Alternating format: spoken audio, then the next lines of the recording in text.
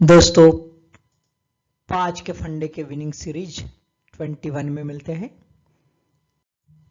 First question, UN department of economic and social affairs presented world economic situation and prospects WESP report in the month of May 2022. According to the report, which factors may curb private consumption and investment in India? ये report है United nation का जो department of economic and social affairs, उस report के हिसाब से India में जो प्राइवेट कंजम्पशन है और इन्वेस्टमेंट है वो कम होने के क्या वजह हो सकती है। 1. Higher inflationary pressures. 2. Uneven recovery of labor market. 3. Poor demand from rural area. और 4 है lower production of food grains.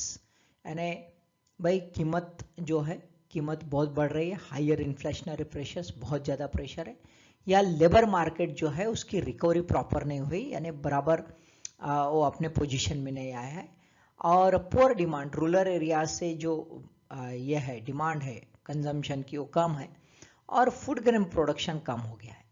कौन सा है? ओके, क्लिक कर लिया आपने, मैं क्लिक कर रहा हूं।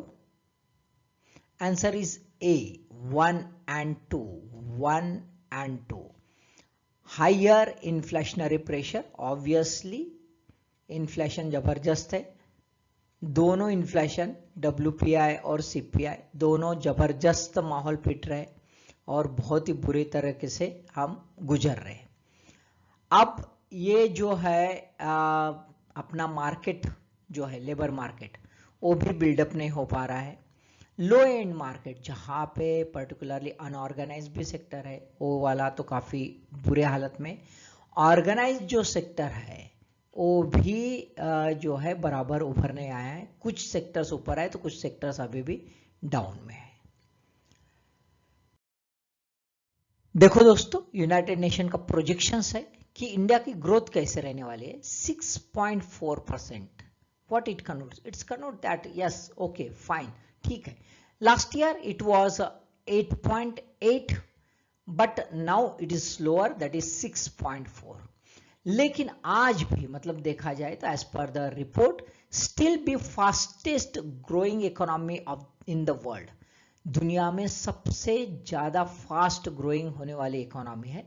Obviously it's related with the growth, it is not related with the total ambit और डायमेंशन ऑफ द इकोनॉमी। नहीं तो आप बोलेंगे कि यार अमेरिका तो बहुत पीछे है भाई, चाइना तो हाँ भाई, उनका जो दायरा है इकोनॉमी का इतना बड़ा है कि उनमें यदि 1% भी ग्रोथ दिख रही है और बुरे हाल दिख रहे हैं तो हमारे जो है 5-6% ग्रोथ के बराबर होता है ना।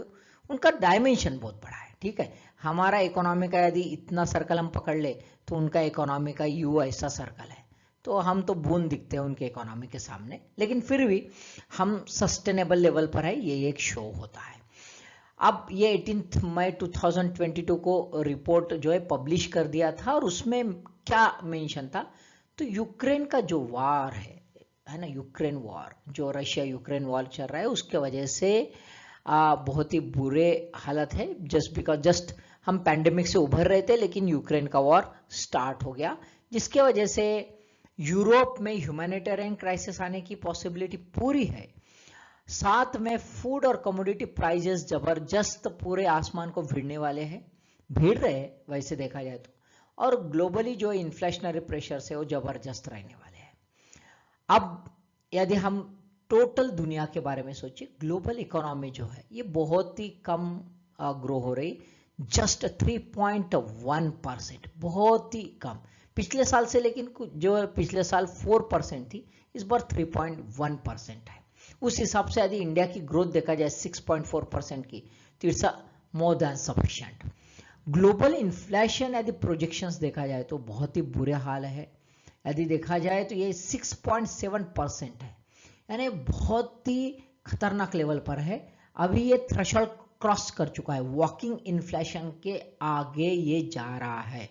यदि ये संभाला नहीं गया है 6.7%, तो ये डबल डिजिट में चला जाएगा, 10 प्लस हो सकता है, और 10 प्लस यदि होता है तो obviously it will convert into the running inflation, है ना, ये दौड़ने वाली इन्फ्लेशन हो जाएगी। और यदि ये संभली नहीं गई, इन जनरल डबल डिजिट जब हो जाता है तुरंत तो ट्रिपल डिजिट हो जाता है, यानी हाइपर इन्फ्लेशन हो जाता है, गैलोपिंग इन्फ्लेशन हो जाता है और इकोनॉमी कोलैप्स हो सकती है। तो हम वो कतार पर है ना, just because of the rising of food prices and energy prices, this two prices are responsible for the current hyper inflation. Second question, consider the following statements with regard to the prisoners of war, POW. prisoner of war के context में sentences है दोस्तों, देख लेते। 1. Third Geneva Convention protects rights of prisoners of war. Third जो Geneva convention है वो prisoner of war के राइट्स प्रोटेक्ट करती है, ऐसा एक स्टेटमेंट है। दूसरा है, UN peace keeping task force perform a special role with regard to the registration of the prisoners of war. Prisoners of war का रजिस्ट्रेशन करने में UN peace keeping task force जो है ये किरदार निभाता है, स्पेशल रोल निभाता है, ऐसा स्टेटमेंट है। सो कौन सा स्टेटमेंट करेक्ट है देख लेते दोस्तों। आपने क्लिक किया, ओके, वेरी गुड, मैं क्लिक कर रहा हूं, देखिए मैच करते हैं answer. Answer is A, only one is correct. Check कर लिया आपका आंसर, ओके, चलो देख लेते हैं आगे एग्जैक्ट क्या है। दोस्तों एक्चुअली देखा जाए तो पीस कीपिंग फोर्स नहीं तो international committee of red cross जो है ये रजिस्ट्रेशन का काम करती है। Recently Red Cross registered Mariupol prisoners of war after soldiers surrender in hundreds to the Russian army, और इसी वजह से जो है ये न्यूज में आया है। ICRC जो है इसका स्पेशल रोल होता है, जो जितने भी ह्यूमैनिटेरियन लॉज है इंटरनेशनल लेवल पे उसको फॉलो करना, उसका इम्प्लीमेंटेशन हो नहीं रहा क्या या हो रहा है उसको वॉच करना, फैमिली कॉन्टैक्ट्स बिल्डअप कर देना प्रिजनर ऑफ वॉर्स जो है उनके बाकी जो राइट्स है वो भी अवेल करके देना, ये सब काम जो है under the Geneva convention 3 article 71 और आर्टिकल 107 में यहाँ पे एनुमरेटेड है। Third question, consider the following conditions with regard to the look out circular, LOC, line of control नहीं, look out circular. Look out circular के बारे में कौन सी कंडीशंस, तो कंडीशंस दिए भाई दो, पहले देख लेते हैं। Issued for home detention to a suspected person, जिस पर शक है ऐसे बंदे को होम डिटेंशन यानी घर में नजर कैद किया जाता है, उसके लिए ये इशू किया जाता है। दूसरा, the chief executives of all public sector banks can generate it, जो पब्लिक सेक्टर बैंक्स है उनके जो चीफ एग्जीक्यूटिव्स यानी head of the public sector banks वो इसको जनरेट कर सकते हैं यानी इशू कर सकते हैं, ऐसा ये दूसरा स्टेटमेंट है। तो देख लेते कौन सी कंडीशन करेक्ट है। आंसर देख ले, आपने क्लिक किया, मैं क्लिक कर रहा हूं, ओके।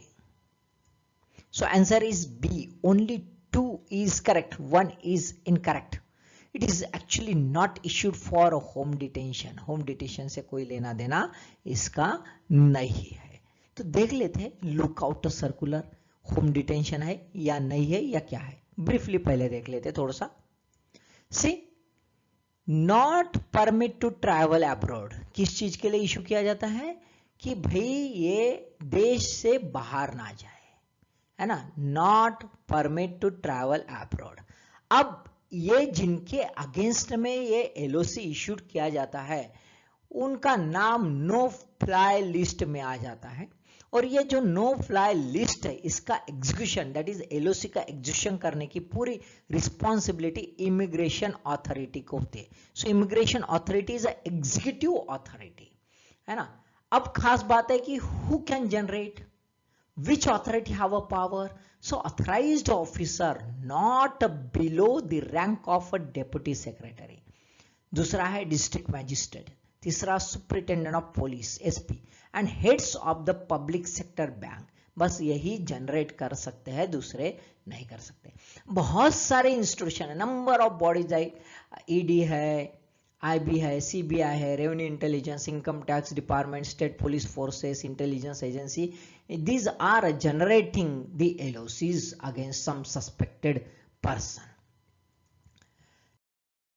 देखो न्यूज में क्या है, फिलहाल में तो अभी ये सब माजरा चल रहा है, सुप्रीम कोर्ट में केस चली गई है, हाई कोर्ट ने गवर्नमेंट की बजा दी भाई। गवर्नमेंट को कहा है कि भाई जब आप LOC इशू करते हो यार, तो उसकी एक कॉपी तुरंत एज सुन एज पॉसिबल, जैसे इशू करते तुरंत जो बंदा है जिसको आप रोकने वाले हो उसको भाई दे दो, ताकि उसको पोस्ट डिसीजनल अपॉर्चुनिटी मिले। फिलहाल रिसेंटली ऐसा है कि जम्मू कश्मीर के एक जो MLA है ना, उन्होंने पूछ लिया भाई इन लोगों को कि भाई LOC मेरे अगेंस्ट में है या नहीं है, बता दो, मैं कहीं भी अब्रॉड जाने लगा तो आप एयरपोर्ट पर मुझे डिटेन कर लेते हो, रोक लेते हो, यानी सब पैकिंग कर लेता हूं, मैं बड़ा मूड में रहता हूं और आप मूड खराब कर देते हो, ऐसा मत करो, है ना। इसी वजह से ये फिलहाल न्यूज में है। अब सुप्रीम कोर्ट में ये केस चल रही है, हाई कोर्ट ने सीधा सीधा बोल दिया कि आपको वो देना है, लेकिन गवर्नमेंट का स्टैंड क्या है? गवर्नमेंट कहते हैं कि भाई ऐसा करने से जो है हार्डन क्रिमिनल्स, जो बदमाश लोग है ना, harden criminal bypass the system और एस्केप द कंट्री, है ना, बाहर। वैसे भी भाई इसके बावजूद तो जो हार्डन क्रिमिनल है भग जाते हैं, है ना, वो तो सिस्टम को कुछ भी करो तो खरीद देते हैं। अब उसके लिए तो बात अलग बात है, लेकिन गवर्नमेंट अक्सर इसके ऊपर वर्क कर रहा है। 2010 के ऑफिस मेमोरेंडम में जो है इसको थोड़ा एक्सप्लेन किया है कि LOC कैसे इश्यू करे, तो एक्सेप्शनल केसेस में इश्यू करे, ऐरा गैरा नत्थु खैरा जब चाहे तब मर्जी हो ऐसा ना करे। किसके अगेंस्ट में? सस्पेक्ट्स है, टेररिस्ट है, एंटी नेशनल एलिमेंट्स है, जिसके वजह से लार्जर नेशनल इंटरेस्ट सफर हो सकता है, उसको करे, ना तो बस खुन्नस आगे और कर लिया LOC, ऐसा ना हो, है ना।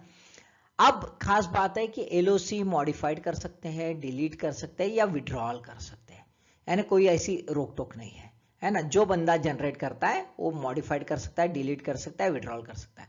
उसका वैलिडिटी कितना है? तो मैक्सिमम 12 मंथ्स का है। उसके बाद ये ऑटोमेटिक विड्रॉल हो जाता है ना। यदि उसने उसका रिन्यूअल नहीं किया या फिर मॉडिफिकेशन नहीं किया तो ऑटोमेटिक ये जो है खत्म हो जाता है। अब दूसरा खास बात है कि जो ब्यूरोक्रेटिक प्रोसेस है उसके लिए ये रिव्यूड होती रहती है, अक्सर रिव्यू इसका होते रहता है। फोर्थ क्वेश्चन देख लेते दोस्तों। बुचानानिया अब्राहमियाना, मस्त नाम है ना, बुचानानिया अब्राहमियाना इज क्या है भाई, है ना, मस्त नाम लग रहा है। तो चलो देख लेते क्या है। A वाटर प्लांट है, B कार्नियोलस प्लांट है, C डेसिडुअस ट्री है, या D हिमालयन श्रब है, क्या है ना। पानी में रहने वाला जल जो है वो प्लांट है क्या? कार्नियोलस प्लांट रहते हैं, है ना, उस टाइप का प्लांट है क्या? या डेसिडुअस जो पतझड़ वाला है, पतझड़ वाला प्लांट है क्या? या हिमालयन श्रब यानी हिमालय में रहने वाला कुछ जो है छोटा सा पेड़, वो है क्या? क्या है भाई, देख लेते, आंसर देख ले, क्लिक कर ले, आपने किया, okay, very good. Answer is C deciduous tree, it's a deciduous tree. दोस्तों न्यूज में क्या है देख लेते हैं, क्यों आया न्यूज में। So new species of a deciduous tree found Jawaharlal Nehru tropical botanic garden and research institute. कहाँ पे दोस्तों? ये भी इंपॉर्टेंट है, पलोडे केरला, कभी ये भी क्वेश्चन आ सकता है ना। ये जो इंस्टीट्यूट है it's conserve the new rare tree species of genius Buchanania. अब ये तिरुवनंतपुरम डिस्ट्रिक्ट में पाई गई है, 2 जगह पाई गई है। इसका रिसेम्बलेंस है एक उसकी एक जो है बुचानानिया जीनस का स्पीसीज है बारबेरी और लांछान, इससे मिलती जुलती है, लेकिन इसके ट्विग्स, लीव्स, फ्लावर्स, सीड्स ये सब अलग है। ये इसके ट्रंक यदि देखे जाए, बार्क यदि देखे जाए, स्मूथ बार्क है, क्रीमी व्हाइट फ्लावर्स है, बॉल शेप्ड फ्रूट है। आप देखो ये दिख रहा है फ्रूट बॉल शेप्ड है फ्रूट, बराबर है। ये देखो फ्लावर आप देख रहे हैं। लोकल पीपल जो है एक्चुअली ये फ्रूटिंग सीजन यदि देखा जाए नवंबर अप्रैल में है, और लोकल पीपल इसके राइपनिंग फ्रूट पल्प जो है सीड कर्नल्स ये खा लेते हैं, बराबर है, राइट। अब यदि देखा जाए ये बुचानानिया जीनस जो है इसके अराउंड 25 to 30 स्पीसीज है, और आशिया, मेलानेशिया, माइक्रोनेशिया और सैमोआ ये एरिया में पाए जाते हैं। लास्ट क्वेश्चन दोस्तों, Par river, one originated in Maharashtra, two tributary of Tapi. क्या है करेक्ट कोड आपको यूज करना है, 1 और 2, 1 एंड 2 क्या है ना। चलो आंसर देख लेते हैं। क्लिक किया आपने, एकदम से सिंपल सा क्वेश्चन, एकदम से simple. Answer is A only one, simple लेकिन गूगली, ऐसा इन जनरल होते रहता है। Par river originated in Maharashtra but not tributary of Tapi. ध्यान में रखो दोस्तों कि जितने भी रिवर्स है, पर्टिकुलरली यदि हम ये वेस्टर्न घाट के तरफ यदि देखे जाए ऐसे, ये यहां से जितने भी रिवर्स है ये यहां तक है ना, एक्सेप्ट कि इधर टर्न हो गई, इधर टर्न हो गई तो यहाँ पे कुछ ट्रिब्यूटरी बन सकते या इसकी कोई ट्रिब्यूटरी हो सकती, लेकिन इधर जो है वेस्टर्न घाट में उतरने वाली जो है इसका डिस्टेंस बहुत ही कम रहता है। बहुत ही कम डिस्टेंस होने की वजह से ये इन जनरल ट्रिब्यूटरी नहीं बनती है, खुद मेन रिवर रहती है। ठीक है, न्यूज में क्या है देख लेते हैं कुछ। ठीक है, पहले तो पार रिवर के बारे में थोड़ा देख लेते हैं। सी पार रिवर के बारे में थोड़ा देख लेते हैं, ये थोड़ा हटा लेता हूं मैं, है ना।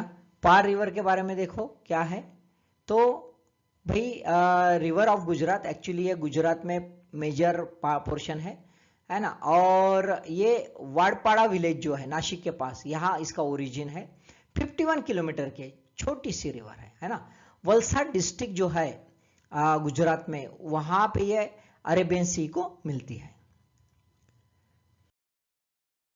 न्यूज में इसलिए दोस्तों कि रिवर लिंकिंग प्रोजेक्ट जो है गुजरात का वो स्क्रैप कर दिया गया 21 मई 2022 को। गुजरात गवर्नमेंट ने सीधा सीधा बोल दिया कि because of the strong protest by the tribal communities of the 3 districts in the region we are now scrap this. पहले तो स्टॉप बोला था फॉर सम टाइम भी, अभी स्क्रैप ही कर दिया गया। अब एम क्या है प्रोजेक्ट का? प्रोजेक्ट का एम यह है कि वाटर सरप्लस जो रीजन है वेस्टर्न घाट का, उसको उसका जो पानी है वो निकाल के डिफिसिट रीजन जो है सौराष्ट्र और कच्छ उधर पहुंच देना है ना। अब ये 7 रिजर्वायर्स है नदन महाराष्ट्र और सदर्न गुजरात, ये पास आउट करेंगे। ये देखो कहाँ पे पार रिवर, ये देखो, ये see this is the Par river, this is the Par river. ये यहाँ से, ये देखो यहाँ से आ रही है। ठीक है, राइट। तो ये देखो मैक्सिमम ऐसे रिवर्स है, ये वेस्टर्न तरफ जाती है, तो सब छोटी रिवर रहती है और मेन रिवर रहती है। यहाँ पे ये सब आप देखते हो डैम्स है, झेरी डैम, पालखेड डैम्स है ना, चिकार, ये सब डैम्स है। 7 रिजर्वायर्स बनने वाले हैं। तो 5 क्वेश्चन समझ गए होंगे दोस्तों आपको। अच्छे से पढ़ाई कीजिए। All the best.